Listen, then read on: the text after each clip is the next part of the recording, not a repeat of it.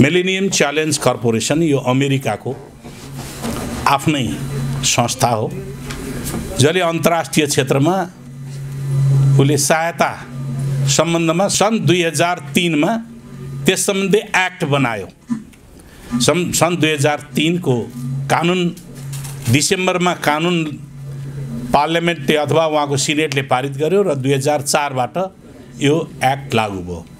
यो किन आयो त भन्दाखेरि त्योभन्दा अगाडि यो एक्टभन्दा अगाडि अमेरिकाले अन्तर्राष्ट्रिय क्षेत्रमा आफूले सहायता दिने भन्ने जुन मोडेल अपनाएको थियो दुईटा विधि अपनाएको थियो। G2G गभर्नमेन्टको बीचको सम्झौता गरेर बा USAID मार्फत अन्तर्राष्ट्रिय गैर सरकारी संस्थाहरू USAID जस्ता संस्थाहरू मार्फत उनीहरूले अनुदान सहायता लगानी आदि चिजहरू गर्ने गरेका थिए।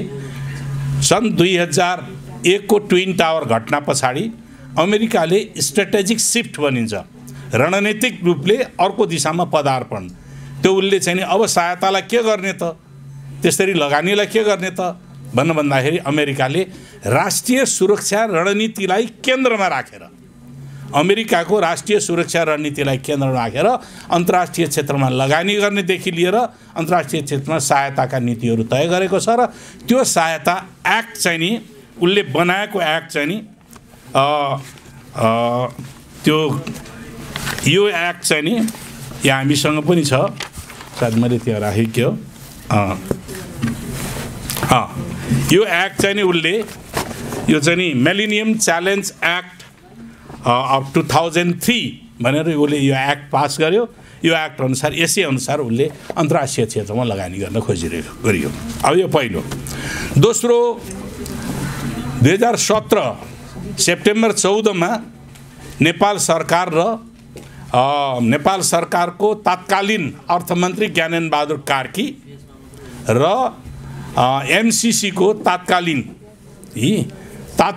एक्टिङ प्रमुख कार्यकारी प्रमुख उनीसँग सम्झौता गरियो। त्यो सम्झौता गरेर यो सम्झौता लागू गर्ने भन्ने भयो। त्यो लागू गर्ने सम्झौता के अन्तर्गत त भन्दाखेरि सम्झौताका अन्तर्वस्तुहरूभित्र पसेर हेर्दाखेरि यो सम्झौता अन्तर्राष्ट्रिय कानुन अन्तर्गत यो सम्झौता गरियो भनेर त्यो सम्झौताको अन्तर्वस्तुमै उल्लेख गरिएको छ। यो अन्तर्राष्ट्रिय कानुन अन्तर्गतको सम्झौता यो अन्तर्राष्ट्रिय कानुन अन्तर्गत किन लगियो त भन्दाखेरि अन्तर्राष्ट्रिय कानुन अन्तर्गत सम्झौता गर्दाखेरि त्यहाँ अन्तर्राष्ट्रिय कानुनको के विधि छ त भन्दाखेरि यदि त्यो सम्झौतासँग आन्तरिक कानुनहरू बाजिए भने त्यो आन्तरिक कानुन बाजिएको हदसम्म निलम्बन हुने व्यवस्था छ। बाजिए भने सम्झौता कार्यान्वयन हुने आन्तरिक कानुनहरू निलम्बन हुने व्यवस्था छ। त्यसकारणले योजनाबद्ध ढङ्गले नै नियोजित ढङ्गले नै यो अन्तर्राष्ट्रिय हाम्रो आन्तरिक कानुनभन्दा माथि बनाएर लग्यो। हाम्रो आन्तरिक कानुनहरू कतिवटा छन्? 4 वटा छन् आन्तरिक कानुनहरू। त्यो भनेको पहिलो संविधान हो, मूल कानुन। दोस्रो ऐनहरू हो। तेस्रो नेपाल सरकारले निर्णय गर्ने नियमावली हो। चौथो सर्वोच्च अदालतले दिने आदेश हो। यी 4 प्रकारका कानुनहरू हुन्छन्। यो कानुनभन्दा माथि यो सम्झौतासँग बाजिएका हदसम्म यी कानुनहरू निलम्बन हुनेछन् भन्ने ढङ्गले यो सम्झौता गरिएको छ। अब यो सम्झौताको चाहिँ नि के कुरामा हामीलाई अनुदान दिनका निम्ति सम्झौता गरियो भन्दाखेरि उनीहरूले धेरै किसिमले यस विषयमा अध्ययन गरे। 2वटा कुरामा हामीलाई अनुदान दिने भन्नु भन्यो। एउटा हाम्रो पूर्व पश्चिम राजमार्गबाट उत्तरतिर जानका निम्ति 5 वटा रोडहरूलाई तिनीहरूलाई रणनीतिक सडक भनेर तिनीहरूलाई विस्तार गर्ने 5 वटा। त्यो भनेको चारालीदेखि फिदिमसम्म। यो मैले सायद यो धेरै विवरण भन्नु पर्दैन होला। चाराली अहिले फेरि फेरिएको छ त्यो कुराहरू। चारालीदेखि फिदिमसम्म, धरानदेखि धनकुटासम्म, कदमा सप्तरीको कदमादेखि गाईघाटसम्म, त्यसपछि हेटौडादेखि भीमपजीसम्म, अमिलियादेखि तुलसीपुरसम्म यो लगभग 350 किलोमिटरको बाटो हुन्छ। त्यसलाई विस्तार गर्ने भन्ने एउटा पार्ट हो भने अर्को लप्सेफेदीदेखि काठमाडौँको लप्सेफेदीदेखि नुवाकोटको रातामाटा हुँदै मुगलिङ एउटा हाँगो मुगलिङबाट हेटौडा यहाँ हेटवडा जोड्ने र मुगलिङबाट तनहुँको दमोली, नयाँ दमोली भन्छ, दमोलीबाट पाल्पाको नुवाकोट डाँडा, त्यसपछि बुटवलबाट बोर्डर, हाम्रो नेपाल भारत सीमासम्म। अब बोर्डरबाट गोरखपुरसम्मको यो बुटवलसम्मको 300.7 किलोमिटर भनौँ, लगभग 300.7 किलोमिटरको बुटवल काठमाडौँको लप्सेफेदीदेखि त्यहाँसम्म 400 किलोभोल्टको। अहिले हामी कहाँ ट्रान्समिसन लाइन 400 किलोभोल्टको छैनन्। अहिले हाम्रो पूर्व पश्चिम राजमार्गमा बनेको ट्रान्समिसन 132 केभी 132 किलोभोल्टको हो। त्यसलाई अपग्रेड गरेर 400 किलोभोल्ट बनाइदिन्छ। केही पार्ट सकिएको छ र भारत र नेपालको बीचको व्यापार गर्नका निम्ति मुजफ्फरपुरदेखि ढल्केवरसम्मको 400 किलोभोल्टको छ केभी लाइन चाहिँ अहिले बनिसकेको छ। त्यसकारणले यो लाइन बनाउने भन्नेमा त्यसका निम्ति अमेरिकी सरकारले अथवा एमसीसीले 2 चरणमा नेपाललाई, पहिलो चरणमा $45 करोड, दोस्रो चरणमा थप $5 करोड गरेर $50 करोड नेपाललाई अनुदान दिने। तर त्यो प्रोजेक्ट कतिको भन्दाखेरि नेपाल सरकारको तर्फबाट म्याचिङ फन्डको रूपबाट $13 करोड नेपाल सरकारले पनि राख्नुपर्ने, अथवा $130 मिलियन नेपालले पनि राख्नुपर्ने, $500 मिलियन अमेरिकाले, नेपालले $30 मिलियन नेपालले पनि राख्नुपर्ने, त्यसको प्रावधान छ। अब यो त स्थिति भयो। अब यो कसरी भन्दाखेरि नेपाललाई अमेरिकाले दिने अनुदान हो। यो अनुदानमा सम्झौता हुँदैन, सन्धि हुँदैन। यसलाई सन्धि बनाइयो। पहिलो कुरो, यो अनुदानलाई सन्धि बनाउनु नै ठुलो षड्यन्त्र यहाँनिर सन्धि। किन त भन्दाखेरि मैले भने यस्तो अनुदान भनेको अमेरिकाले दिने, नेपालले लिने, त्यसमा मात्रै लेटर अफ एक्सचेन्ज पत्राचारको माध्यमबाट हुने हललाई उनीहरूले अन्तर्राष्ट्रिय कानुन अन्तर्गतको सन्धि बनाए। यही नै सबभन्दा महत्त्वपूर्ण। अब यो आयोजना नेपालले प्रस्तावित गरेको आयोजना हो। यिनीहरू नेपालले माग गरे भएको छ भन्ने जुन कुराहरू भइरहेको छ, यो मैले त्यो हाम्रो प्रश्नोत्तरमा जम्मै कुराहरू उल्लेख गरिएको छ। नेपालले माग गरेको होइन। यो बुझौँ पहिले, नेपालले किन माग गरेको होइन भन्दाखेरि मैले मेरो कुरा भन्दा उनीहरूकै डकुमेन्टका कुरा गर्छु। मैले आज मेरा कुरा त विश्लेषण मात्रै हो, उनीहरूको डकुमेन्ट। यो ग्रोथ डायग्नोस्टिक रिपोर्ट हो। यो ग्रोथ डायग्नोस्टिक रिपोर्टको मुख्य लक्ष्य के हो भने नेपालको विकास निर्माणमा कहाँ हर्डल, कहाँ अवरोध छ, के अवरोध छ भनेर रिसर्च गर्नका निम्ति सन् 2012 नेपाल सरकारले गठन गर्यो, एउटा बोर्ड गठन गर्यो। त्यो बोर्डमा चिरञ्जीवीको चाहिँ नि नेतृत्वमा नेपाल सरकारले एउटा बोर्ड गठन गरेको छ। चिरञ्जीवी नेपाल पहिलेको नेपाल राष्ट्र बैंकको गभर्नर पनि भएका हुन्। उनको नेतृत्वमा 9 जनाको एउटा कमिटी बनाएको छ, अध्ययन कार्यदल भनेर। 9 जना नेपालमा विकास निर्माणका निम्ति अवरोधहरू कहाँ छन् भनेर अध्ययन गर्नका निम्ति यो चाहिँ नि बनाएको छ। यो अध्ययन त कार्यदल बनायो अर्थ मन्त्रालय, त्यसको लियाजो मिनिस्ट्री, समन्वय गर्ने मन्त्रालय अर्थ मन्त्रालय भनेर बनायो। तर यसलाई लिड गर्नका निम्ति, नेतृत्व दिनका निम्ति 8 जना एमसीसी र युएसएडका प्रतिनिधिहरू छन्। ब्राडले कनिङम भन्ने एमसीसी को नेतृत्वमा, एमसीसी का चाहिँ उनको नेतृत्व अधिकारीको नेतृत्वमा यो रिपोर्ट तयार भएको छ, जसलाई लिड एजेन्सी अमेरिकी सरकारको तर्फबाट लिड एजेन्सी भनेर यसलाई यहीँनिर उल्लेख गरिएको छ। यो मेरो कुरा होइन, उनीहरूकै कुराहरू हो। त्यसकारणले गर्दाखेरि अनि यो स्टडी गरिसकेपछि यसले केही रिसर्चहरू, केही चिजहरू पत्ता लगाएको छ जुन कुराहरूमा हाम्रो विवाद छैन। त्यसले थप यसको रिसर्च गर्दाखेरि लागेका थप निष्कर्षहरू के हुन् भन्दाखेरि यसका फाइन्डिङ भनिन्छ।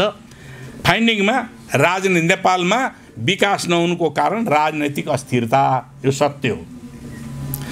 अस्थिर सरकार, राजनैतिक अस्थिरताले सरकार पनि अस्थिर बने, त्यो पनि सही हो। नीति कार्यान्वयनमा अनिश्चितता, त्यो पनि सही हो। श्रम नियमन ऐनमा जडता, त्यो पनि अहिले अन्तर्राष्ट्रिय स्तरमा हेर्दाखेरि हाम्रा स्टेबिलिटी छैन, त्यो कुनैमा के छ कुनैमा के छ, कानुनी जटिलता, ब्युरोक्रेटिक हर्डलहरू धेरै छन्, यी कानुन देखाएर त्यसलाई गर्ने। सडक खराब र महँगो ढुवानी, त्यो पनि सही हो। विद्युत आपूर्तिमा हाई भोल्टेज ट्रान्समिसनको अभाव, त्यो पनि सही हो। र अर्को चिज सबभन्दा महत्त्वपूर्ण कुरा गरेको छ भने नेपालमा भ्रष्टाचार छ, यो पनि निष्कर्ष। यी सबै फाइन्डिङहरू ठिक। अब नेपाल भ्रष्टाचारको हिसाबले कतिौँ र्याङ्कमा रहेछ त? 170 देशहरूमध्ये 139औं र्याङ्कमा छ। 70 देशमा पुग्यो त सबभन्दा वर्स्ट हुने भयो। 139 भनेपछि नेपालमा करप्सन कति रहेछ त, कस्तो रहेछ त भन्ने कुरा यसबाट अनुमान हुन्छ। यो उनीहरूले निकालेको फाइन्डिङ्स हो। अब यो फाइन्डिङ्सलाई हल गर्नका निम्ति भनेर नेपाल सरकारलाई उनीहरूले के माग त भनेर भन्दाखेरि, तिमीले अमेरिकी सरकार, यी सबै कुराहरूमा त सम्भव छैन, अमेरिकी सरकारलाई माग गर भनेर यो 2टा बाटो र ट्रान्समिसन लाइन निर्माण गर्नका निम्ति हामीलाई लगानी देऊ भनेर माग गर्न लगाएको। यो हामीले माग गरेर हाम्रै आवश्यकताले होइन। म यही विद्युत प्राधिकरणमा उभिरहेको छु। विद्युत प्राधिकरणले उत्पादन गरेको बिजुली अहिले निर्यात गर्नका निम्ति हामीलाई आवश्यकता होइन, हामीलाई कन्ज्युम्सन बढाउने हो। जुन मुलुकमा विद्युत बढी खपत हुन्छ त्यो मुलुक धनी हुन्छ, जुन मुलुकमा विद्युत कम खपत हुन्छ त्यो मुलुकका जनता गरिब हुन्छन्। त्यसकारणले पर क्यापिटा विद्युत कन्ज्युम्सन, विद्युत उपभोग गर्नुको कारण गर्नका निम्ति के गर्नुपर्छ त भन्दाखेरि देशव्यापी रूपमा ट्रान्समिसन लाइन र डिस्ट्रिब्युसन लाइन वितरण गर्ने। हामीले उत्पादन गरेको बिजुली त्यो ट्रान्समिसन लाइन मार्फत देशका कुना काप्चामा पुगोस् र त्यसले डिस्ट्रिब्युसन लाइनमा घर घरमा पुर्याउनका निम्ति व्यवस्था गरियोस्। बिजुली बाल्नका निम्ति मात्रै होइन, बिजुली हाम्रो यति बेलाको आधुनिकको लाइफ लाइन हो, जीवन रेखा हो, जसबाट सम्पूर्ण जीवनलाई हामीले रूपान्तरण गर्न सक्छौँ। विकास निर्माणका आधारहरू हामी तयार पार्न सक्छौँ। हाम्रो बिजुली अहिले पनि आजभोलि राति 500 मेगावाट स्पिल आउट हुन्छ। आजभोलि 500 मेगावाट स्पिल दिउँसोमा हुँदैन, त्यो स्पिल आउट भनेको खेर जान्छ। अर्थात् हामीले टर्बाइनहरू बन्द गर्नुपर्छ, किनभने लगानी गरेर विद्युत उत्पादनका निम्ति निर्माण गरेका टर्बाइन बन्द गर्नु पर्यो भने त पैसा खेर गयो नि त, त्यस कारणले खेर जान्छ। त्यसको निम्ति गर्नुपर्ने जोड के दिनुपर्ने? देशव्यापी रूपमा ट्रान्समिसन लाइन निर्माण गर्ने, विस्तार गर्ने र त्यो विद्युतले औद्योगिकरणको दिशामा मुलुकलाई लैजाने। अब एउटा तथ्याङ्क छ, के तथ्याङ्क छ? हामीले आज हाम्रा कतिपय खेतहरू सिँचाइ गर्नका निम्ति सुविधाहरू छैनन्। त्यस्तो ठाउँमा तराईका ठाउँहरूमा डिप बोरिङ गरेका छन् र डिजेलबाट विद्युत उत्पादन गरेर त्यो चाहिँ नि पम्पिङबाट चाहिँ नि पानी निकालेर सिँचाइ गर्छन्। अहिले पनि विद्युत प्राधिकरणको तथ्याङ्क छ, यदि हामीले तेलको सट्टामा विद्युत प्रयोग गर्यो भने 500 मेगावाट त्यहाँ खपत हुन्छ। त्यसको निम्ति राज्यको पोलिसी चाहिन्छ, कार्ययोजना चाहिन्छ, त्यो कुराहरू गर्नुपर्छ। एउटा सिमेन्ट कारखाना स्थापना गर्यो भने 400 मेगावाट खपत हुन्छ। एउटा मल कारखाना स्थापना गर्यो भने हामीलाई चाहिने त सिमेन्ट पनि हो, हामीलाई चाहिने मल कारखाना हो।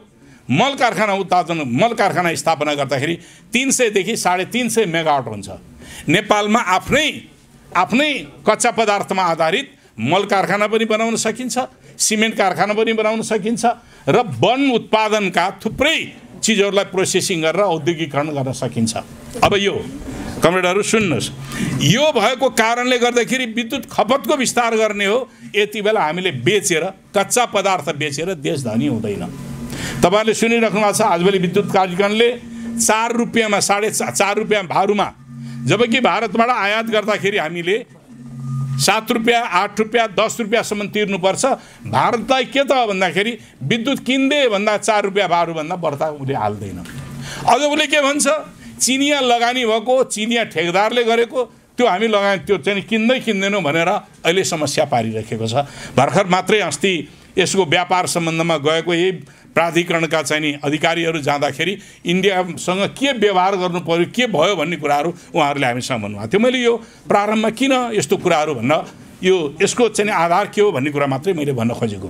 त्यस कारणले विद्युत अहिले यो ट्रान्समिसन लाइन केमा आधारित बन्यो त? बन्ने योजना बन्यो विद्युत निर्यातका निम्ति। विद्युत निर्यातका निम्ति अहिले हामीलाई यो ट्रान्समिसन लाइनको औचित्यता नै हामीले देखेका छैनौँ। मैले अहिलेसम्म यो ट्रान्समिसन लाइनको औचित्यता देखेको छैन र जतिसम्म यसबारेमा अध्ययन गरियो त्यो कुराहरू देखिएको छैन। किन देखिएन त भन्दाखेरि हाम्रो राष्ट्रिय प्रसारण लाइन पूर्व पश्चिम राजमार्गलाई आधारित गरेर राष्ट्रिय प्रसारण लाइनको विस्तार हुँदैछ, अपग्रेडिङ हुँदैछ।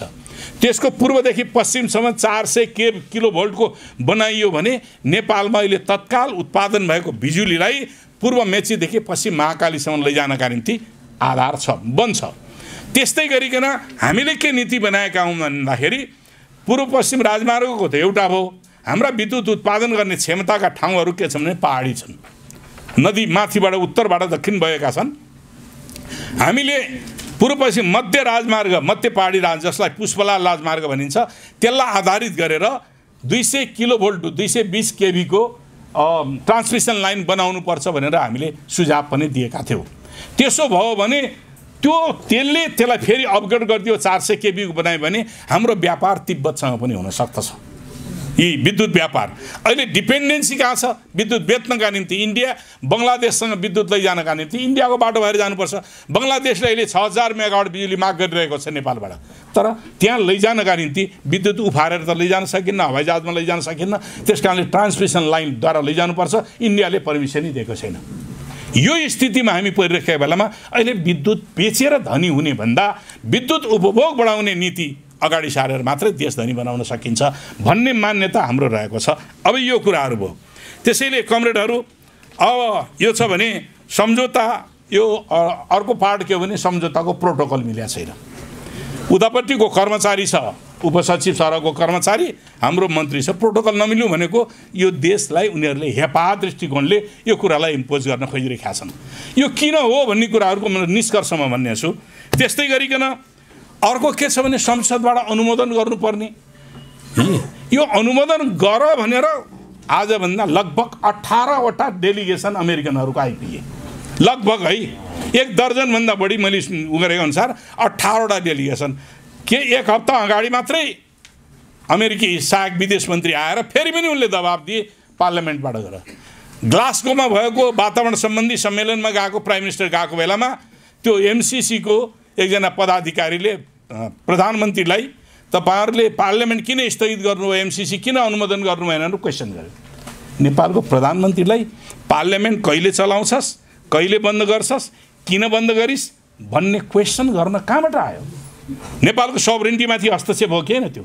त्यस कारणले यो सभरेन्टीमाथिको हस्तक्षेप, पार्लियामेन्ट कहिले चलाउने कहिले बन्द गर्ने त नेपालको आफ्नै विशेषाधिकारभित्र कुरो, त्यहाँ हस्तक्षेप भएको छ। त्यस कारणले गर्दाखेरि हरेक ठाउँमा हाम्रो राष्ट्रिय सार्वभौमतालाई होच्याउने काम भएको छ यो सम्झौताको माध्यमबाट। प्रोटोकललाई सुरुमा नै सम्झौता गर्दाखेरि प्रोटोकल एउटा उपसचिव सरको कर्मचारी र मन्त्री लेभलमा गरिनु। अब त्यसपछि अब धनराशिका कुरा गर्ने, अमेरिकाले यत्रो ठुलो सहायता दियो, 50 करोड डलरको 59 अरब रुपियाँ। एउटै सञ्चार माध्यमबाट 62 अरब रुपियाँ कर लिनु बाँकी छ। एउटै नेपालको एउटा सञ्चार माध्यम एनसेलबाट 62 अरब कर असुल्न बाँकी छ। भने एउटैबाट कर असुल्न 62 अरब उसले दिएको अनुदानभन्दा धेरै हो भने, धेरै हुन्छ भने अमेरिकाको अनुदान 50 करोड डलर नथिङ, केही पनि होइन। यदि हामी देशभित्र करप्सन कन्ट्रोल गर्ने डिटर्मिनेसनका साथ जान्छौँ भने 62 अरब डलर के अरे 59 अरब डलर के अरे रुपियाँ होइन, अरबौँ डलर हामीले यहीँ कमाउन सक्छौँ भने आफ्नो व्यवस्थापन गरेर हामीले करप्सन कन्ट्रोल गरेर त्यहाँबाट लिने प्रयत्न नगर्ने अनि विदेशी अनुदानलाई ठुलो धनराशि भनेर उनीहरूका अनुचित शर्त स्वीकार गर्न हामी सक्छौँ? सक्दैनौँ। त्यस कारणले उनीहरूले संसदबाट अनुमोदन किन गराउन खोजे? संसदबाट त्यो लेखिएको छ। संसदबाट अनुमोदन किन गराउन खोजियो त?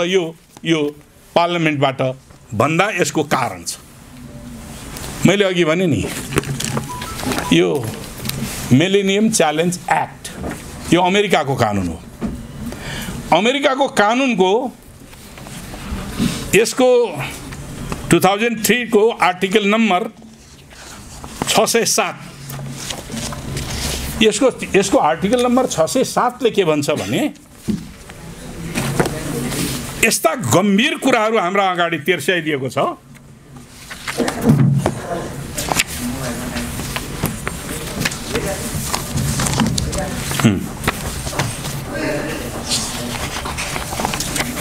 म यहाँ दिएकै कुराहरू यो 607 ले के गर्छ, हाम्रो देशको आन्तरिक राजनैतिक प्रणाली र हाम्रो अर्थव्यवस्थामाथि सिधै निर्देशन गरेको छ। सिधै निर्देशन के भन्छ, लोकतान्त्रिक सरकार सार्वजनिक प्रतिबद्धता गर्नुपर्छ, यी कुरामा भन्छ। यसले राजनैतिक रूपमा बहुलवादलाई प्रवर्धन गर्नुपर्ने, प्लुरलिज्म, जो हाम्रो सिद्धान्त हो, मार्क्सवादको विपरीत कुराहरू। मार्क्सवादमा बहुलवाद स्वीकार्य हुँदैन। मार्क्सवादमा बहुलवादको सार रूपमा के हो भने संसारभरका सबै चिन्तन र अस्तित्वलाई सार्वभौम रूपमा स्वीकार गर्नुपर्छ भन्ने हो। जसको अर्थ के हो भने हामी वर्ग सङ्घर्षको नियम मानेका छौँ, वर्ग सङ्घर्षलाई निषेध गर्यो यसले। सामन्तवादलाई निषेध गर्ने भनेका छौँ, सामन्तवादको अस्तित्वलाई स्वीकार गर भन्यो।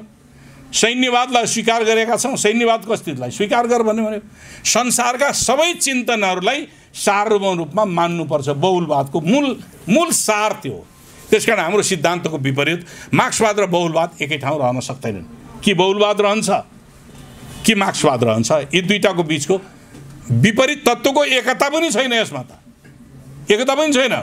त्यसकारणले यो अलग्गै दृष्टिकोण हो, त्यसले यसमा डिक्टेट गरेछ। अर्को के भन्छ, भूमण्डलीय व्यापार तथा अन्तर्राष्ट्रिय पुँजी निवेश गर्न खुल्ला छुट दिनुपर्छ भन्छ। भनेको मल्टिनेसनल कर्पोरेसनहरूलाई उनीहरूलाई लगानी गर्नका निम्ति छुट दिने, जसले राष्ट्रिय अर्थतन्त्रलाई खत्तम गर्छ, देशको अर्थतन्त्र समाप्त हुन्छ। त्यसकारणले मल्टिनेसनल कर्पोरेसनहरूलाई छुट दिने, हामीले यो अनुमोदन गऱ्यो भने यो कानुन मान्नुपर्छ। हामीले यो अनुमोदन गरेपछि यो कानुन लागू नै गर्नुपर्दछ, यो कानुन हो। त्यस्तै गरी के हुन्छ, निजी क्षेत्रलाई प्राथमिकता दिने भन्छ।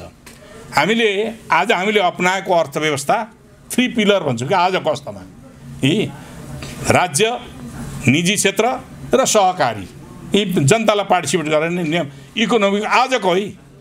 हामीले सोचेको इकोनोमीको कुरा अर्को, आजैको इकोनोमीको पोलिसी भन्दा पनि विपरीत छ। यो इकोनोमिक पोलिसी भन्दा पनि विपरीत छ। अर्थतन्त्रमा बजारीकरणलाई बलियो बनाउने भन्छ, मार्केट इकोनोमीलाई छोडिदिने, राज्यले नियन्त्रण गर्न पाइँदैन भन्छ। यसले राज्य नियन्त्रित अर्थव्यवस्था हुनु हुँदैन भनेर भन्छ। यो हामीले अनुमोदन गर्ने बित्तिकै यो कानुन बन्छ, यो हाम्रो देशको पनि कानुन बन्छ, हामीले फलो गर्नुपर्छ। अमेरिकी कानुन नेपालमा सिधै लागू हुन्छ। के हाम्रो सार्वभौम देशले अमेरिकी कानुन लागू गर्न सम्भव छ? हुनसक्छ। यो आज विभिन्न क्षेत्रबाट कहाँ छ के छ भन्ने गर्छन् नि। यसको आर्टिकल नम्बर 63 मा यो कुरा उल्लेख गरिएको छ। यो सम्झौताको आर्टिकल नम्बर 63 मा 67607 यसको आर्टिकललाई स्वीकार गर्नुपर्छ भनेर उल्लेख गरिएको छ। त्यसकारणले यसको चाहिँ नि यो चाहिँ नि इम्पोज अमेरिकी कानुन अनुमोदन गर्नका निम्ति किन जोड दिइरहेका छन् भन्दाखेरि यो अनुमोदन भएपछि कानुन बन्छ, त्यही कानुनको माध्यमबाट नेपालमा प्रवेश गर्ने। अर्को एउटा सुन्नुभएको छ तपाईँहरूले, आजभोलिको समाचारमा आइरहेको छ, दक्षिण पूर्वी एसियामा सबभन्दा सोफिस्टिकेटेड एम्बेसी नेपालमा अमेरिकाको भनेको छ। सबभन्दा 3 करोड पपुलेसन भएको देशमा 1 अरब 35 करोड पपुलेसन भएको देशमा भएको इन्डियाको एम्बेसी भन्दा नेपालमा सोफिस्टिकेटेड छ, साधन सम्पन्न छ। किन यस्तो भयो यो कुरालाई बुझ्नु, यही हो रहस्यहरू। किन यस्तो कुराहरू यो कानुन अन्तर्गत सोफिस्टिकेटेड किन बनाएको त भन्दाखेरि हिजैदेखिको दीर्घकालीन योजना छ। अलिकति यसो डिस्टर्ब है, दीर्घकालीन रूपले योजना बनाएको छ। त्यो दीर्घकालीन योजना हिजोको के हो, तपाईँहरू अब एकचोटि फ्ल्यासब्याकमा जानुहोस्, 2031 सालमा जानुहोस्। 2031 सालमा नेपालमा खम्पा विद्रोह भएको थियो। खम्पा विद्रोह मुस्ताङलाई बेस बनाएर खम्पा विद्रोह गरिएको थियो। खम्पा विद्रोह कसले सञ्चालन गरेको थियो? सिआइएले सञ्चालन गरेको थियो। म यहाँहरूले पाउनुहुन्छ भने त्यो किताब हेर्नुहोस्, अपराइजिङ अफ मुस्ताङ भन्ने छ, लेखेको आर्टिकल लेखेको के नाउस भन्नेले अर्फान्स अफ कोल्ड वार भन्ने एउटा किताब लेखेका छन्। त्यसमा मुस्ताङ अपराइजिङ भन्ने चाहिँ नि एउटा च्याप्टर छ। के भएको थियो त भन्ने कुराहरू, कसरी परिचालित भएको थियो भन्ने कुराहरू, नेपाललाई बेस बनाएर तिब्बतको विरुद्धमा विद्रोह गर्ने योजना बनेको थियो र त्यो योजना पछि फेलियर भएको छ। अनि त्यति बेला त्यो अपराइजिङमा चिनियाहरूले के गरेका थिए, तिब्बतको विरुद्धमा हतियारबन्द विद्रोह हुँदैछ, नेपाल सरकारले त्यसलाई डिसार्म गर, कहाँ भएका खम्पाहरू आएर तिब्बत मुस्ताङबाट त्यो अभियान थालेका थिए। सुरुमा चीनले त्यो अपिल गर्दाखेरि नेपालले अलिकति आनाकानी गर्यो, त्यसपछि उनीहरूले के भने भन्दाखेरि त्यसो भने हामी प्रवेश गर्छौँ, उनीहरूलाई डिसार्म गर्छौँ, फर्किन्छौँ भनिसकेपछि नेपाल तत्कालीन श्री 5 को सरकारले आफैले सेना परिचालन गरेर उनीहरूलाई डिसार्म गर्यो। कतिपय मारिए, कतिपय भागेर इन्डिया पसेका थिए र तिनीहरूको नेता वाङदी लामा दार्चुलामा गएर मारिएका थिए र तिनीहरूबाट प्राप्त गरेका हतियारहरू टुनी खेलमा 2031 साल फागुनमा प्रदर्शन गरिएको थियो, जसमा इटालियन हतियार र अमेरिकन हतियारहरू थिए। कहाँबाट त्यहाँ पुग्दथे त भन्दाखेरि यही काठमाडौँको सीता पाइलामा एउटा सानो एयरपोर्ट थियो, त्यहाँबाट एयरलिफ्ट गरेर गएका कुराहरू त्यहीँनिर उल्लेख गरिएका छन्। त्यसकारणले हाम्रो देशलाई स्ट्राटेजिक सामरिक महत्त्वको प्रयोग गरेर चीन विरोधी घेराबन्दीको रूपमा यसलाई प्रयोग गर्न खोजिएको थियो। एन्टी चाइना इन्सर्कलमेन्ट पोलिसी अन्तर्गत नेपाललाई बेस बनाएर लैजान खोजिएको थियो। त्यो इतिहास हो भने अहिले पनि यो सोफिस्टिकेटेड एम्बेसी बनाउने तपाईँहरूलाई थाहा छ कि छैन? कति थाहा छ? नेपालमा अमेरिकन सेनाहरू छन्, अहिले पनि अमेरिकन सेनाहरू छन् जुन कम्ब्याटमा देखिँदैन। किन चाहियो अमेरिकन सेना? के को लागि आएको? सेनालाई तालिम गर्न? हामीले भन्ने त्यही छ, नेपाली सेनालाई तालिम गर्दिनका निम्ति हो। मुलुकहरूको बिचमा एकअर्काका बिचमा तालिम आदान प्रदान हुने गर्दछ, तर चिनिया सेना आएर त तालिम दिएको छैन। इन्डियन सेना थिए, पहिले बोर्डरै उत्तरी चेकपोस्टमै बसेका थिए। प्रारम्भमा नै उनीहरूले चाहिँ नि त्यो गरेका थिए। पछि 2028 साल कृतिनिधि विष्ट चाहिँ प्रधानमन्त्री भएको बेलामा हटाइएको थियो र बोर्डर चेकपोस्टबाट चिनिया सेना उखाली भएका थिए। त्यही एउटा पाहाड चाहिँ दार्चुलाको चाहिँ दार्चुला जिल्लाको चाहिँ लिपु लेकमा एउटा पाहाड त्यही पनि पछिसम्म बसिरहेको थियो। त्यही समस्या अहिले हाम्रा निम्ति त्यहाँनिरको चाहिँ सार्वभौमिकताको अतिक्रमणको समस्या पनि बनिरहेको छ। त्यसैले यो प्रश्न भयो। अब सहायता नीति अमेरिकाले कस्तोमा सहायता नीति दिन थालेको त यो 2003 देखि भन्ने केही पोलिसीहरू बनेको छ। त्यो पोलिसी भनेको 4 प्रकारको वर्गीकरण गरेको देखिन्छ। म उनीहरूकै डकुमेन्टबाटको आधारबाट हो, मेरो विश्लेषण होइन। एउटा के हो भने अमेरिकी गठबन्धनका देशहरूलाई अन्तर्राष्ट्रिय रूपमा सहायता दिने गर्छ, जस्तो NATO, North Atlantic Treaty Organisation, जस्तो क्वाड्रिलेटरल सेक्युरिटी, त्यसको चाहिँ नि डिफेन्स के अरे क्वाड्रिलेटरल सेक्युरिटी डायलग भन्ने एउटा संस्था 2007 मा बनेको थियो। त्यो संस्थाले जापान 4वटा मुलुकहरू छन्, जापान, इन्डिया, अस्ट्रेलिया र चाहिँ नि अमेरिका, 4वटा। त्यो अहिले एक्टिभ भएको छ, पहिले निष्क्रिय थियो, अहिले एक्टिभ भएर अस्ति न बैठक सचिव गरेर चीनको विरुद्धमा के गर्न सकिन्छ भनेर उनीहरूले आइपिएस मार्फत अभियान चाल्ने भनेर निर्णय गरेका छन्। त्यस कारणले गर्दाखेरि यो 4वटा देश, 4 प्रकारका देश, एउटा गठबन्धन देश, यी मैले भने नाटो र क्वाड जस्ता मुलुकहरू, दोस्रो रणनैतिक महत्त्वका देशहरू, संसारमा आफ्नो शक्ति वर्चस्व कायम गर्न अमेरिका फर्स्ट भन्ने नीति उनीहरूले बनाएको छन्। उनीहरूको सेक्युरिटी पोलिसीमा छ अमेरिका फर्स्ट र अमेरिकाको सैन्य शक्तिले संसारलाई गभर्न गर्नुपर्छ भनेर उनीहरूले 3,07,000 फौज त इन्डो पेसिफिकमा राखेका छन्। उनीहरूकै तथ्याङ्क हो, यो मेरो होइन। फेरि 3,07,000 फौजहरू, यो मसँग किताबै छ, यो छ उनीहरूको पोलिसी हो, पेन्टागनले निकालेको रिपोर्ट हो, यसैमा उल्लेख छ 3,07,000 आइपिएस के अरे इन्डो पेसिफिक स्ट्राटेजी मुलुकहरूमा चाहिँ नि राखिएको छ भनेर, इन्डो पेसिफिक रिजनमा राखिएको छ भनेर उनीहरू आफैले भनेका छन्। त्यस कारणले अमेरिकन सुप्रिमेसी कायम गर्नका निम्ति उनीहरूले यो रणनैतिक महत्त्वका देशमा उनीहरूले सहायता, जस्तो इक्जाम्पल इजरायल, इजिप्ट, श्रीलङ्का गर्न खोजे, फिलिपिन्स, मलेसिया, यी यस्ता मुलुकहरू हो। यी यस्ता मुलुकहरू छन् जो मुलुकहरूमा अमेरिकाले ती मुलुकहरूलाई यो चाहिँ नि सहायता दिने गरे, एमसिसी मार्फत लगानी गर्ने गरेको छ। यही एमसीसी मात्र। अर्को द्वन्द्वोत्तर त्यो स्ट्रेटेजिक देशहरू भने के त भन्दाखेरि उनीहरू आवागमन गर्नु पर्यो, समुद्री हवाई वा भूमिबाट आवागमन गर्नु पर्यो भने ती भूमिको प्रयोग गर्नुपर्ने भएको कारणले गर्दाखेरि त्यस्ता मुलुकहरूलाई आफ्नो नियन्त्रणमा लिएर चाहिँ उनीहरूले सहायता दिने भनेर भनिरहेका छन्। अर्को चौथो द्वन्द्वोत्तर देशहरू, द्वन्द्वबाट बाहिर निस्केका, राष्ट्रिय वा अन्तर्राष्ट्रिय रूपमा द्वन्द्वबाट बाहिर निस्केका देशहरू, ती देशहरूलाई पनि उनीहरूले सहायता दिने, त्यो चाहिँ एमसीसी मार्फत लगानी गर्ने भन्ने छ।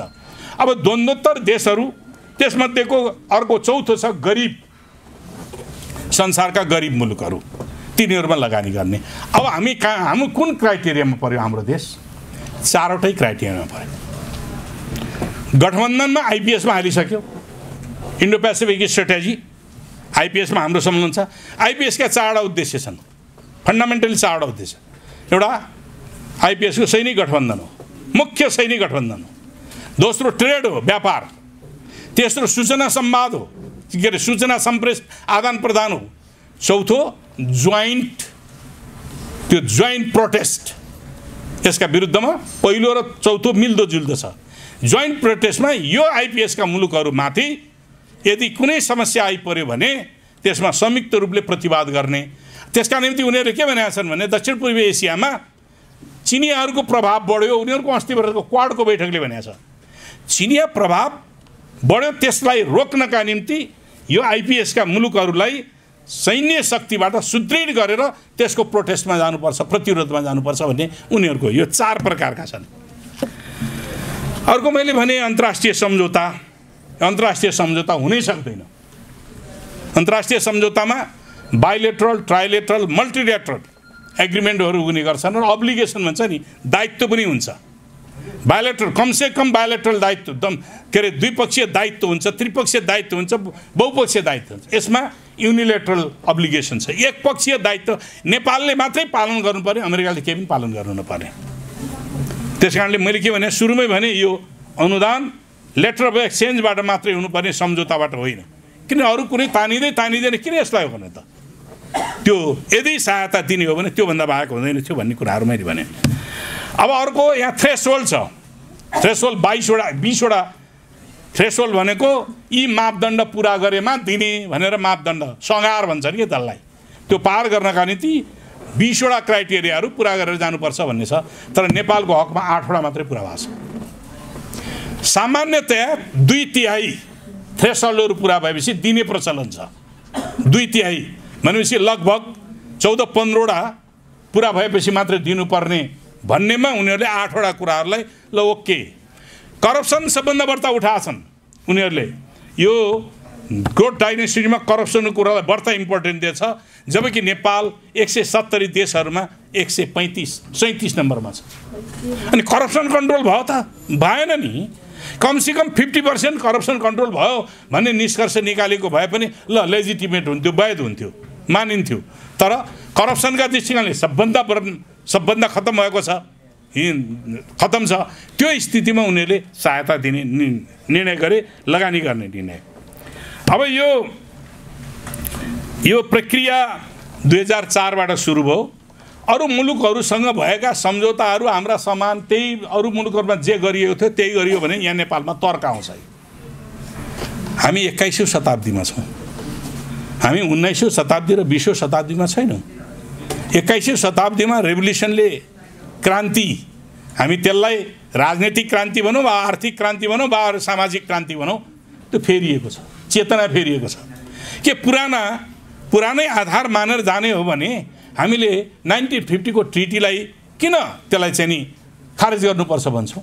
त्यस कारणले सहायता अनुदान दिने सम्बन्धमा पनि अन्तर्राष्ट्रिय क्षेत्रमा हाम्रो सहअस्तित्वको आधारबाट दिने हो, कसैको हस्तक्षेपबाट पुरानै परम्परा जे छ त्यसैलाई मानेर दिने होइन।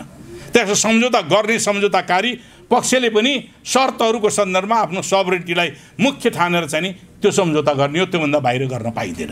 नेपालको संविधानले त्यो संविधान विपरीत गएर सम्झौता गर्न दिएकै छैन, संविधान विपरीत सम्झौता गर्न दिएको छैन। परम्पराका रूपमा त्यसलाई फेरि हिजो जे भएको थियो त्यो फलो गर्न मिल्दैन। त्यस कारणले यो सम्झौताको कुराहरू पनि त्यो हो। त्यस्तै गरिकन अब यो एउटा अर्को पार्ट पनि छ, BRI भर्सेस यो IPS भनेर आएको छ। एउटा चिज हो त्यो। BRI 2013मा BRI गर्यो, बेल्ट एन्ड रोड इनिसिएटिभ भनेर चीनसँग गरिएको, चीनले अगाडि सारेको कार्यक्रम हो। त्यो कार्यक्रममा अन्तर्राष्ट्रिय क्षेत्रमा उनीहरूले केही उद्देश्यहरू राखेका छन्। म BRI र IPS को कम्पेरिजन गरेको छु, उनीहरूको उद्देश्यहरूको कम्पेरिजन गरेको एउटा चिज छ।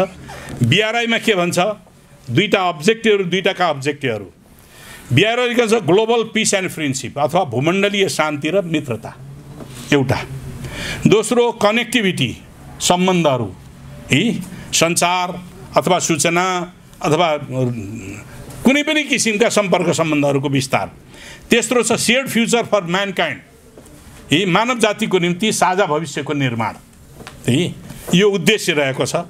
अर्को छ common development and shared prosperity by cooperation, यो सहयोगात्मक सम्बन्धबाट हामीले चाहिँ नि विकासका कुराहरूलाई अगाडि बढाउने भन्छ। अर्को इकोनोमिक कोअपरेसन, फेरि त्यसैमा छ आर्थिक सहायता आदान प्रदान। लास्ट छ कल्चरल एक्सचेन्ज, सांस्कृतिक आदान प्रदान। यो BRI का अब्जेक्टिभहरू। बेल्ट एन्ड रोड इनिसिएटिभ भनेर चीनले अगाडि सायद 2013मा सारेको मोडल। अब IPS को अब्जेक्टिभ हेर्नुहोस् है, IPS को के छ अब्जेक्टिभ, तपाईँले आफै कम्पेयर गर्नु। कम्ब्याटिङ टेररिस्ट थ्रेट, पहिलो नै उसको त्यही छ। कम्ब्याटिङ टेररिस्ट भनेको आतङ्कवाद भनेर त्यसका विरुद्धमा जुध्ने भन्छ। अब आतङ्कवादी भन्ने सन्दर्भमा उसले के भन्छ, यहाँ रुसलाई रिभाइटलाइज्ड कन्ट्री अथवा दुष्ट देश भन्छ रुसलाई, चीनलाई रिभिजनिस्ट कन्ट्री। हामीले राजनैतिक पदावलीमा रिभिजनिस्ट भनेको संशोधनवादी भन्छौँ, तर उसले भनेको के हो त भन्दाखेरि उसले हाम्रा विरुद्ध विभिन्न खालका षड्यन्त्र गरेर उसले अन्तर्राष्ट्रिय क्षेत्रमा गर्छ भन्ने अर्थमा रिभिजनिस्ट कन्ट्री भनेको। उत्तर कोरियालाई रग स्टेट, राक्षस, दुष्ट देश भनेर उसले उत्तर कोरियालाई भन्छ। अब उत्तर कोरिया रुस र चीनसँग उसको दुश्मनी छ। त्यो दुश्मनीको बिचमा हामीले हाम्रो सम्बन्ध, हाम्रो आफ्नो द्विपक्षीय सम्बन्ध राख्न पाउने कि नपाउने, यहाँ यही सम्झौताको एउटा दफाले त्यहाँ उल्लेख गरेको छ। म त्यो कुरा राख्नेछु। त्यस कारणले गर्दाखेरि अमेरिकाका दुश्मन देशहरूसँग अमेरिकासँग राम्रो सम्बन्ध नभएका देशहरूसँग हाम्रो देशले सम्बन्ध राख्न पाउने कि नपाउने, त्यो हाम्रो सबरेन्टिटीको भित्रको कुरा हो कि हो। यो कुराहरू उठिरहेको छ। अनि प्रमोसन स्टेबिलिटी एन्ड पार्टनरसिप, उनीहरूले स्थिरता र पार्टनरसिप सहयोगात्मक सम्बन्ध भन्ने एउटा छ। फ्री एन्ड फेयर ट्रेड भन्ने छ। इनर्जी लिङ्केज छ, इनर्जी आदान प्रदान ग। स्ट्रेन्थेन एलिज, यो फेरि अर्को छ, स्ट्रेन्थेन एलिज एन्ड आर्म्स। अब हतियारबन्द गठबन्धनलाई मजबुतीकरण गर्ने, हतियारबन्द गठबन्धनलाई मजबुत बनाउने भन्छ। ग्रोइङ डिफेन्स पार्टनरसिप, रक्षात्मक त्यसलाई चाहिँ नि बलियो बनाउने भनेर उनीहरूको उद्देश्य अब्जेक्टिभमै छ। जब BRI को अब्जेक्टिभ सेक्युरिटी सम्बन्धी कुनै पनि छैन, हामी चीनलाई फेभर गर्नु पर्यो, अमेरिकालाई विरोध गर्नु पर्यो, केही पनि होइन। तर BRI को अब्जेक्टिभ के छ त भन्दाखेरि डिफेन्स सम्बन्धी, सुरक्षा सम्बन्धी केही पनि देखिन्न, केही पनि छैन। खालि economic development, cultural exchange, friendship अनि सेयर्ड फ्युचर, साझा भविष्यको निर्माण गर्ने अगाडि सारेको छ। पिस, शान्तिको कुरा अगाडि सारेको छ। ऊ के भन्छ भने कम्ब्याटिङ कुराहरू गर्दछ। अहिले दक्षिण पूर्वी एसियाका चीन सागरको दक्षिणमा उसले सैनिक बेडाहरू ल्याएर राखेको छ र त्यो चीनको विरुद्धमा कुराहरू गरिरहेको छ। त्यस कारणले मैले अघि भने एन्टी चाइना इन्सर्कलमेन्ट पोलिसी अन्तर्गत नेपालको सबरेन्टिटीमाथि हस्तक्षेप हुने गरिकन यो सम्झौता गरेको छ। आजभन्दा अगाडि यस्ता सम्झौताहरू भएका छैन। पार्लियामेन्टबाट इन्डोर्स भयो भने कानुन बन्छ, यति कुरा थाहा पाइराख्नुहोस्। पार्लियामेन्टबाट इन्डोर्स भयो भने कानुन बन्छ। यही सम्झौता पार्लियामेन्टबाट इन्डोर्स नगरिकन कार्यान्वयन गरेको भए कानुन बन्दैन थियो। जुनसुकै सरकारले यसलाई नल एन्ड भोइड खारेज गर्न पनि सक्दथ्यो, तर पार्लियामेन्टबाट इन्डोर्स गर्ने बित्तिकै खारेज गर्न सक्दैन। त्यस कारण त्यही पार्लियामेन्टले त्यसलाई खारेज गर्ने बाहेक अर्को सम्भव छैन। त्यस कारण यो स्थिति हो। अब अर्को प्रश्न छ, यसका इम्प्लिमेन्टेसन एग्रिमेन्ट, क्रियान्वयन सम्झौताहरू। यो मूल सम्झौता हो। मूल सम्झौताका कन्टेन्ट बारेमा अझै केही राख्नु बाँकी छ। यो मूल सम्झौता हो।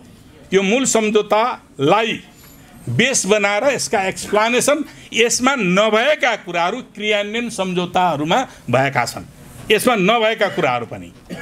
तर ती चाहिँ नि इम्प्लिमेन्टेसन क्रियान्वयन सम्झौता पनि हैसियत यही सम्झौता बराबर हुन्छ, यही सम्झौता बराबर हुन्छ। यही सम्झौताको कुनै दफाले के भन्छ त भन्दाखेरि योभन्दा अतिरिक्त सम्झौताहरू गरिनेछन् जुन कुरा पार्लियामेन्टमा ल्याउनु जरुरी छैन भन्ने भनेको छ।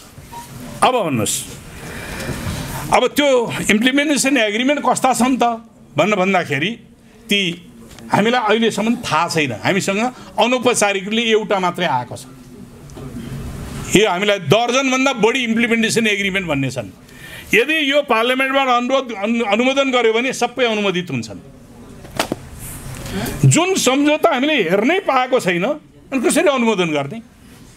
हेर्नै नपाएको सम्झौता कसरी अनुमोदन हुन्छ? अब त्यस्ता सम्झौतामा एउटा हामीले प्राप्त गरेको सम्झौतामा के भन्छ? एउटा मात्रै छ, एउटा मात्रै कुरा राख्छु म। त्यो के हो भने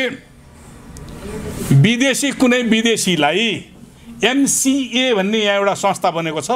MCCसँग भएको संस्थालाई कार्यान्वयन गर्नका निम्ति लाल दरबारमा त्यसको अफिस छ। महिनाको लाखौं रुपियाँ चाहिँ नि भाडा तिरेर बसिरहेको छ र त्यो भाडा कसको पैसा जान्छ त भने नेपाल सरकारको। त्यहाँका कर्मचारीहरूको खर्च अहिले जो 13 करोड डलर छ नि त्यहीबाट खर्च भइरहेको छ। अहिले सुनिन्छ लगभग 11 करोड डलर खर्च भइसक्यो भन्ने कुराहरू सुनिएको छ। कति हो तथ्याङ्क हामीसँग थाहा छैन अहिले है। त्यस कारणले त्यसमा के छ, त्यो MCA ले कसको पर्मिसनमा? MCC को पर्मिसनमा यदि कुनै विदेशीलाई एक्सपोर्टका नाममा नेपालमा बोलायो भने, कामदारका नाममा नेपाललाई बोलायो भने त्यो बोलाएको व्यक्ति र उसको परिवारलाई मल्टिपल भिसा दिनुपर्ने छ। मल्टिपल भनेको बहुउद्देशीय भिसा जुन 5 वर्षको न्यूनतम हुन्छ त्यो दिनुपर्ने अनिवार्य छ। अनि त्यस्तो व्यक्तिलाई बोलाउँदाखेरि नेपाल सरकारले उसको नेसनालिटी के हो भनेर सोध्न पाइने छैन भन्ने छ, उसको राष्ट्रियता के हो भनेर सोध्न पाइने छैन भन्ने छ। अर्को के भन्छ त्यसैसँग इम्प्लिमेन्टेसन एग्रिमेन्टमा छ गठन आदेश नेपाल सरकारको एउटा कानुन, नेपाल सरकारलाई त्यो प्रिरोगेटिभ छ। त्यो कानुन गठन आदेश भन्ने निर्णय गरेर एउटा कानुन बन्छ। त्यो कानुन बनिसके पछाडि नेपाल सरकारले बनाएको कानुन त नेपाल सरकारले फेर्न सक्नु पर्ने हो नि। जब यो गठन आदेश बन्छ त्यहाँ एउटा समिति बन्छ। त्यही गठन आदेश अनुसार MCA मिलेनियम च्यालेन्ज एकाउन्ट भन्ने बनेको छ। त्यसमा एकजना कर्मचारी थप्न पनि पाउँदैन, एकजना कर्मचारी घटाउन पनि पाउँदैन। MCC स्वीकृति बिना, MCC को स्वीकृति हुनुपर्छ। MCC स्वीकृति गरेन आफैले बनाएको कानुनमा राख्नुपर्ने मान्छे थप्न पनि सक्दैन, राख्नु मान्छे घटाउनु पनि सक्दैन। यद्यपि त्यसमा अर्थ मन्त्रालयको सचिव त्यसको चाहिँ पदेन सदस्य हुन्छ। उसले रिपोर्टिङ कहाँ गर्छ? नेपाल सरकारलाई गर्दैन, MCC लाई गर्छ। उसको रिपोर्टिङ गर्ने थलो MCC हो, नेपाल सरकार होइन। माने यस्ता कुराहरू छन् जुन कुरा हाम्रो सबरेन्टिटीसँग च्यालेन्ज गरेको छ। अब यसमा भएका डिफेक्ट्सहरू के हुन् भन्ने कुराहरूको बुदागत रूपमा म यहाँ सम्म राख्न चाहन्छु। कर प्रणालीमा मुक्त, यो प्रोजेक्ट अन्तर्गत काम गर्ने कसैलाई पनि कर लाग्दैन, कर मुक्त छ। जबकि नेपालीले विदेशमा गएपछि कर तिरेर मात्रै आफूले कमाएको आर्जन गरेको पैसामा कर तिरेर मात्रै ल्याउन पाउँछ। तर यहाँ आउने यो प्रोजेक्टमा आउनेहरूले कर तिर्नु पर्दैन, कर फ्री छ। अनि बौद्धिक सम्पत्ति, यो प्रोजेक्ट बापत प्राप्त गरेको ज्ञान त्यसलाई इन्टेलेक्चुअल प्रपर्टी भनिन्छ। त्यो इन्टेलेक्चुअल प्रपर्टीमा नेपालको राइट छैन। प्रोजेक्ट नेपालमा हुने हैन, परियोजना नेपालमा हुने, तर त्यसबाट प्राप्त भएको ज्ञान हुन्छ नि, त्यो प्रोजेक्ट सञ्चालन गर्दाखेरिको प्राप्त भएको नयाँ ज्ञान, त्यो नयाँ अनुसन्धान, त्यसमा नेपाल सरकारको राइट छैन, क्लेम गर्ने राइट छैन। त्यो नेपाल सरकारले सबै अधिकार MCC लाई दिइसकेको छ। तर 26% हाम्रो लगानी छ नि। फेरि 13 करोड डलर भने 26% हो, त्यो हाम्रो लगानी छ। हाम्रो लगानी बापत पनि प्राप्त गर्ने बौद्धिक ज्ञान हामीले प्राप्त गर्न पाउँदैनौँ, त्यो हामीसँग राइट छैन। मैले अर्को 3 आर्टिकल 3 को MC एक्ट अघि मैले भने देखाएँ पनि 607 जसले हाम्रो देशको अर्थव्यवस्था, हाम्रो देशको राजनीतिक प्रणाली, हाम्रो देशको सामाजिक व्यवस्थालाई सिधै हस्तक्षेप गरेर निर्देशित गरेको छ।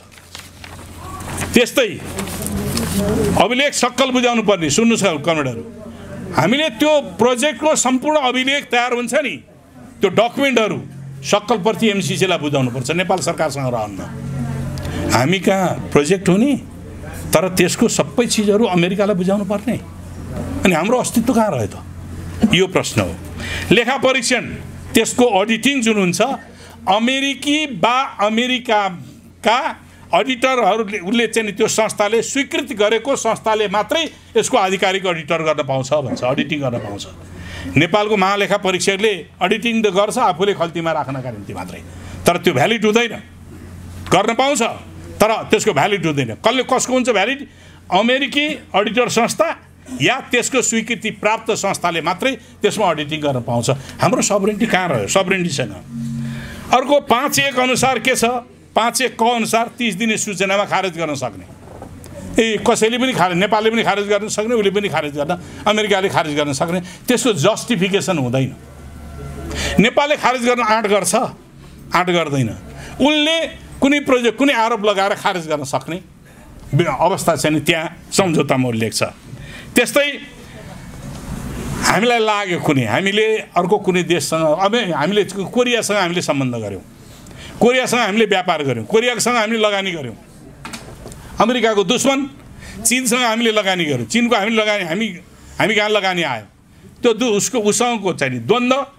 त्यो स्थितिमा अमेरिकाले के भन्न सक्छ भने मेरो इन्ट्रेस्टमा बाजिने जुन सम्झौताहरू अरू मुलुकसँग भएका सम्झौताहरू छन्, विगतका सम्झौता पनि खारेज हुन्छन्, नयाँ सम्झौता पनि गर्न पाइँदैन भन्ने आर्टिकल नम्बर 5(3) क मा यदि त्यस्तो भएमा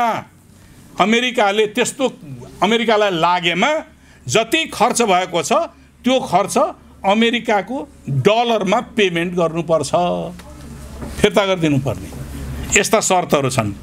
अनि एमसिसी 5 वर्ष रहन्छ भन्छन्, होइन, गलत। एमसिसी 5 वर्ष होइन, एमसिसी परियोजना रहेसम्म एमसिसी रहन्छ।